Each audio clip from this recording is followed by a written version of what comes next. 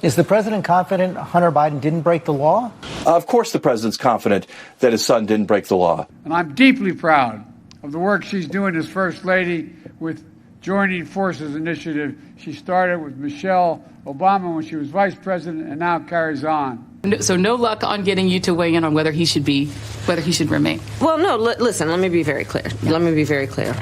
We are not into regime change, sure. And that is not our policy. Yeah. Period. Absolutely. Yeah. Restart construction of the Keystone XL pipeline, overturn Biden's energy leasing moratorium, and expedite permits for pipelines and natural gas exports. We need the American Energy Independence from Russia Act and stop playing Biden's energy from anywhere from America game. In short, the solution is very simple. Drill, baby, drill.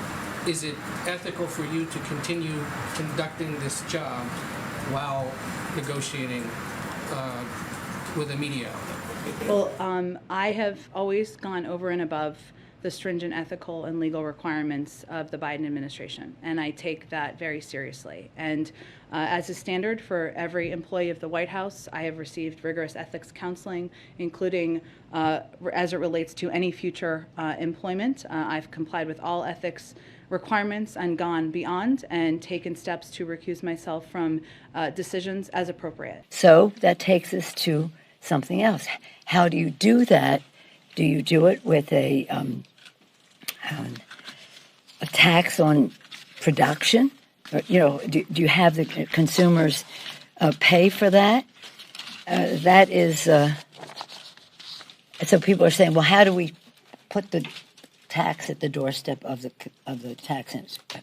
So people can buy electric vehicles and don't have to ever worry about going to fill it up at the gas pump. And I just say, Chris, one of the things that I think is a really great example of this is that if you filled up your 15-gallon tank today, you'd be paying about $62 to go 300 miles. If you plugged in an electric vehicle in your garage with your 3-prong plug, you'd be paying about $10. So $10 versus $62, that's $50 you're saving every time you fill up. That's a huge savings for real. We also recognize, just as it has been in the United States for Jamaica, one of the issues that has been presented as an issue that is economic in the way of its impact has been the pandemic.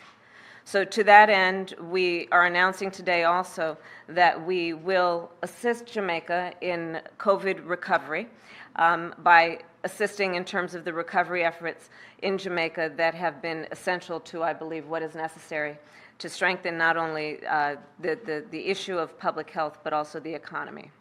I've talked to Democrats who are on the ballot who want the president to, quote unquote, get out there. Not hide. One said, don't hide anymore in the White House. Get out and talk about these issues, and at least have, if they can't, beyond doing SPRO or the Strategic Petroleum Oil Reserve, have some I feel your pain moments. Trillions of dollars. We have. You're out of it? Is all the accounting done, every single dollar? So we have the resources that we need in this current moment. What we need is this funding to be able to plan for the future, to prepare for, as I say, what we need to have this money for is to prepare to be ready for the future. As we know, the virus can be unpredictable, and we need to be prepared. And there's an urgent need to do that. Thank you, Jen. Can you said you missed us. That the U.S.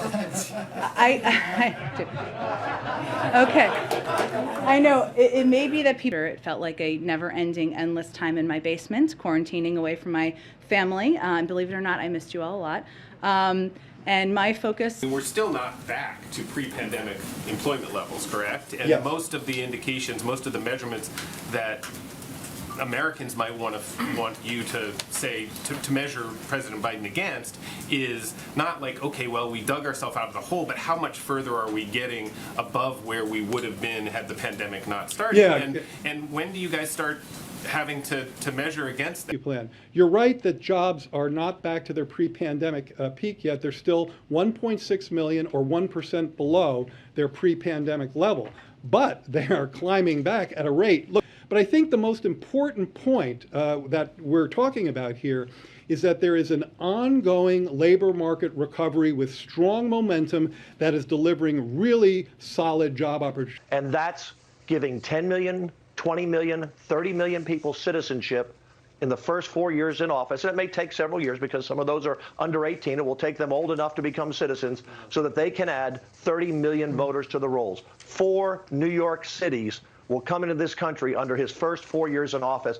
Every sheriff in every county in America is a border county sheriff because they're coming everywhere. And Dana and Bill, we normally spend about $500 million a year on border security. This year, I've authorized nearly $3.5 billion, and it's going up. I started addressing DHS to say, what is your plan when Title 42 goes away to replace it or to be able to deal with enforcement?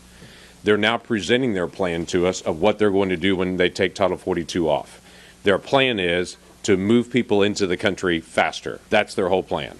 What they have worked on apparently for a year is the way to expedite people crossing the border and moving into the interior at a faster rate. Next month or two, when this is lifted, what is there in place that gives the administration confidence that some different result will happen than happened a year ago? We were able to dramatically reduce those numbers, move those kids quickly out of Border Patrol custody and into the system. So the monoclonal antibody, take monoclonal antibodies, for example. They've helped save lives. This isn't partisan, it's medicine. But Congress hasn't provided enough money to keep purchasing these monoclonal antibodies. Caitlin, President Biden suggested that no one could have interpreted his remarks as calling for regime change. Of course, Jake, many people raised that question of whether or not that is what he was advocating for at the end of the speech. But today he says he is not walking back his statement that President Putin cannot remain in power. But Jake, he also says he is not stating a new policy from the United States government, which, of course, officials in recent weeks have said they do not support regime change